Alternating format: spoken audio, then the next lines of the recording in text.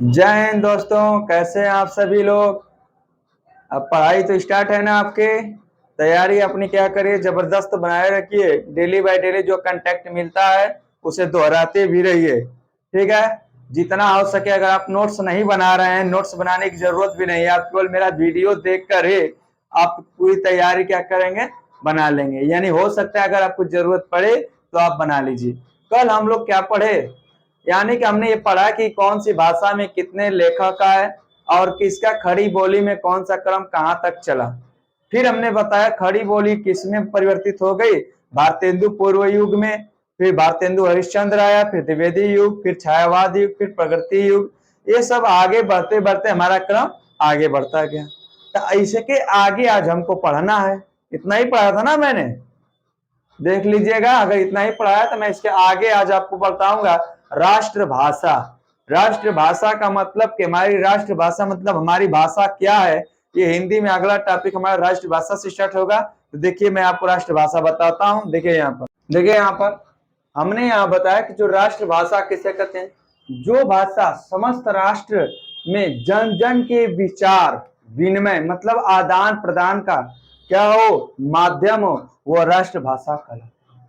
यानी कि जिससे हम अपने क्या करें, विचारों का आदान प्रदान कर दें, उसे हम राष्ट्रभाषा कहते हैं। और हमारे विचारों के यानी कि भारत में सबसे ज्यादा क्या है, हिंदी का प्रयोग किया जाता है। जो हिंदी का नवीनतम प्रयोग कहां से माना जाता है, 1900 से 1947 तक। जो हमारे हिंदी स्वतंत्रता संग्राम के दौरान विशेषतः 1900 से 1947 की राष्ट्रभाषा बन चुकी थी। क्योंकि हमने राष्ट्रभाषा का जो निर्माण होता है, मैंने आपको बताया था कि यहाँ से भारतेंदु युग की स्टार्टिंग हो जाती है। लेकिन मूल रूप से जो 1900 यानी कि द्विवेदी युग जो स्टार्टिंग हो जाती है, वहां से लेकर अब तक जो हमारी मूल भाषा है, अर्थात जो हमारे स्वतंत्रता संग्राम के दौरान जो राष्ट्रभाषा कौन है, हिंदी है। जिसमें अनेक लोगों ने क्या किया, अपना मत प्रयोग किया। और जब प्रयोग किया तो कुछ लोगों ने क्या किया, कुछ संस्था का निर्माण किया। और उस संस्था का निर्माण कौन किसने कैसे किया, मैं आपको यहाँ दिखा रहा हूं। देखिए यहाँ पर संस्था जो था ब्रह्म समाज। ब्रह्म समाज की स्थापना 1828 में हुई। 1828 में कौन सा, इसका केंद्र क्या था, कोलकाता। और इस कोलकाता था। और इसके जो संस्थापक थे राजा राम मोहन राय थे। कौन थे, राजा राम मोहन राय थे। फिर हमारा आया आर्य समाज। अब आर्य समाज आया। आर्य समाज की स्थापना 1875 में हुई, जिसका मुख्यालय मुंबई है। जिसके संस्थापक कौन थे, दयानंद सरस्वती। उसी प्रकार आया थियोसोफिकल सोसाइटी। इसकी स्थापना भी 1875 में हुई। इसका मुख्यालय अर्थात केंद्र कहां था, मद्रास था। और इसकी स्थापना किसने की थी, एनी बेसेंट ने। ठीक उसी तरह प्रार्थना समाज आया। अब प्रार्थना समाज की जो स्थापना 1867 में हुई, जिसका केंद्र कहां था, बंबई। और इसकी स्थापना आत्माराम पांडुरंग ने किया था। आत्मारंग पांडुरंग, ये आपको नाम हमेशा याद करना है। ये आपके क्वेश्चन आए हुए क्वेश्चन है। आप क्या करिए, इसे याद करिए। सनातन धर्म संस्था या सभा, इसकी जो स्थापना 1895 में हुई। और इसका केंद्र वाराणसी रहा। जानते हैं कि जहां सनातन धर्म सभा था वहां वाराणसी हुई। और इसके संस्थापक कौन थे, पंडित दीनदयाल। उसके बाद आया रामकृष्ण मिशन। रामकृष्ण मिशन की स्थापना 1897 में हुई। जिसका केंद्र कहां था, बेलूर। अब बेलूर कहां पड़ता है, कोलकाता में। जिसके संस्थापक कौन थे, स्वामी विवेकानंद थे।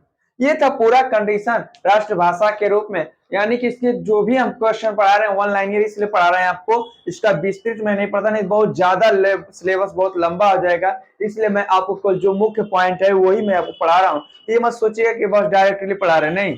आपको जो एग्जाम में फंसेगा मैं वो पढ़ा रहा हूँ। देखिए आगे क्वेश्चन में जो लाइनर स्टार्ट करता हूँ।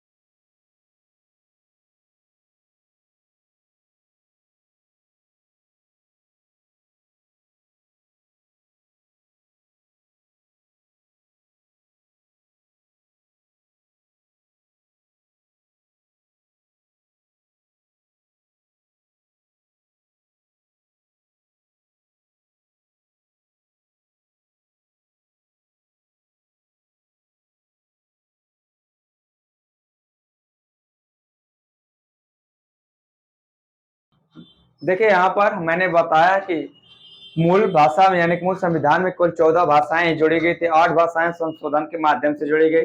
जो 21वां संशोधन था 1967 में, जो हमारी भाषा थी सिंधी, यानी कि एस मतलब सिंधी, सिंधी जो थी हमारी 1967 में जुड़ी गई, अर्थात 21वें संशोधन के द्वारा। जो हमारा नमक को देखिए 71वां संविधान संशोधन के द्वारा 1992 में, याद रखना नमक, नमक से आप है ना, नमक से क्या करिए, नमक कब बिका, 71वें संशोधन में 71 लोगों ने खरीदा, कब, 1992 में 71वें संविधान से। इसको याद करने का एक तरीका है कि 71 नमक को 71 लोगों ने 1992 में खरीदा, यानी कि जो नमक को किसने, 71वें संविधान संशोधन 1992 में, यानी कि देखिए यहाँ पे यन से हो जाएगा नेपाली, यम से हो जाएगा क्या मणिपुरी, और के से हो जाएगा हमारा क्या कोंकणी। यानी कि नमक से याद कर लेंगे आप इसका एक ट्रिक से तरीका से कि 71 लोगों ने 1992 में नमक खरीदा, या नमक को 71 लोगों ने 1992 में खरीदा, यानी कि जो हमारा सिंधी था, सिंधी को 21वें संशोधन 1967 में, लेकिन नमक का यानी कि 71वें संशोधन में 3 भाषाओं को जोड़ा गया, कोंकणी, मणिपुर, नेपाली को। और फिर जो 92वां संशोधन 2003 है, इसमें क्या किया गया, 4 को जोड़ा गया। 4 कौन है, बोडो, डोंगरी, मैथिली, संथाली। तो आप इसको करने का मतलब क्या है, आप क्या है, एक चीज याद रखेंगे, एम से, यस से, डी से, इसका शॉर्टकट अगर नाम बनाना चाहते हैं तो इसको इस तरह याद कर लीजिए कि यहाँ देखिए, इसको बी मान लीजिए, इसको डी मान लीजिए, इसे एम मान लीजिए, यस मान लीजिए। तो आप करिए क्या, महेंद्र सिंह धोनी का नाम सुने हैं, महेंद्र सिंह धोनी को, यानी कि बीडी महेंद्र सिंह धोनी, यानी कि बीडी, बीडी का मतलब क्या है, बीडी जत्ती को जानते हैं जो प्रधानमंत्री थे, उनसे याद कर लिए। बीडी ने महेंद्र सिंह धोनी को प्रोत्साहन दिया, बीडी ने महेंद्र सिंह धोनी को कब, 92 लोगों के सामने ही 2003 में क्या किया, एक सम्मान दिया। यानी कि बीडी ने महेंद्र सिंह धोनी को कब, 92 लोगों के सामने 2003 में कितने सम्मान दिया, यानी कि बी से हमारा हो जाएगा बोडो, और डी से हो जाएगा डोंगरी, एम से हो जाएगा मैथिली, एस से हो जाएगा संथाली। यानी कि हमारा जो 8 भाषाएं थी ये कब जोड़ी गई, यानी कि हमारे कब 1967 में सिंधी जोड़ी गई, 1992 में कोंकणी, मणिपुर, नेपाली जोड़ी गई, 2003 में बोडो, डोंगरी, मैथिली, संथाली जोड़ी गई। जब जोड़ी गई तो इसका एक केंद्र बना, तो केंद्रीय हिंदी समिति का जो केंद्र बना वो कहां पर बना, नई दिल्ली में। और नई दिल्ली में जब बना, कब, जब सिंधी भाषा को जोड़ा गया था, तभी हमारा क्या हुआ, कहा गया कि हमारे एक केंद्र होना चाहिए जो हमारी भाषाओं को क्या है केंद्रित कर गया जिसके। तो नई दिल्ली में 1967 में क्या क्या बना गया। तो प्रताप नारायण मिश्र जो है, प्रताप नारायण मिश्र को ध्यान देना, हिंदू हिंदुस्तान का नारा दिया इन्होंने। जब देखा गया कि नहीं हिंदी हर एक तरह से प्रचलित है, तो इन्होंने क्या किया, प्रताप नारायण मिश्र ने हिंदी, हिंदू हिंदुस्तान का नारा दिया, और हिंदी को राष्ट्रभाषा बनाने का सर्वप्रथम विचार कहां से लिया गया, कहां से उदित हुआ, यानी कि जो हमारा बंगाल था, बंगाल, याद रखना कि अगर आपसे पूछ दे क्वेश्चन में कि हिंदी को ही राष्ट्रभाषा को उदित करने का श्रेय किस राज्य को, अर्थात यानी कहां से उदित हुआ, बंगाल से हुआ। लेकिन बंगाल से उदित तो हुआ, लेकिन हिंदी को ही राष्ट्रभाषा बनाने का क्यों, किसने प्रस्ताव रखा, तो अगर आपसे पूछे संविधान सभा में हिंदी को राजभाषा बनाने का प्रस्ताव किसने रखा, गोपाल स्वामी अयंगर ने, और इसका समर्थन किसने किया, शंकर देव ने किया। यानी कि इन्होंने कहा, गोपाल स्वामी अयंगर ने, कि हिंदी को राजभाषा बनाया जाए, क्योंकि अधिकतम लोग हिंदी भाषा जानते हैं, इसलिए हिंदी को क्या बनाया जाए, राजभाषा बनाया जाए। और जब इन्होंने ये बात कही तो इनका समर्थन किसने किया, शंकर देव ने किया। किसने किया, शंकर देव ने किया। और क्या हुआ, कौरवी एक भाषा है, कौरवी भाषा यानी कि जो कौरवी भाषा एक हिंदी कह सकते हैं, साहित्यिक भाषा बनने बाद, यानी कि इसका जो साहित्यिक भाषा बनने के बाद इसी का नाम क्या हो गया, खड़ी बोली। अगर आपसे बोला जाए खड़ी बोली मतलब हिंदी, यानी प्राचीन हिंदी के जो मूल, आज की हिंदी ही मूलतः कौरवी पर आधारित है। अगर पूछ देगा आपका क्वेश्चन कि जो आज की हिंदी है किस भाषा यानी किस पर आधारित है, तो कौरवी पर आधारित है। ठीक है, अब मैं छोटा छोटा एक कॉन्टेक्ट आपको दे रहा हूं, लेकिन इसे अगर नोट्स बनाकर याद करना है तो नोट्स बनाकर याद करिए, या अगर इस तरह याद कर ले रहे हैं तो अब तो बहुत अच्छा है, लेकिन ये याद करिए, इससे कॉन्टेक्ट आपका कंफर्म है। 1-2 सवाल आपके क्या हो जाएंगे, परीक्षा में फंसने ही फंसने हैं। क्योंकि ये सब बहुत इंपॉर्टेंट है। हिंदी साहित्य को लोग पढ़ाते नहीं है और इसे छोड़कर क्या करते हैं, आगे स्टार्ट करते हैं वर्णमाला, वर्तनी, संज्ञा, ये सब पढ़ाना स्टार्ट करते हैं, लेकिन इसे आप नहीं भूलें। ठीक है, मैं आपका क्लास यहीं खत्म करता हूँ। जय हिंद दोस्तों।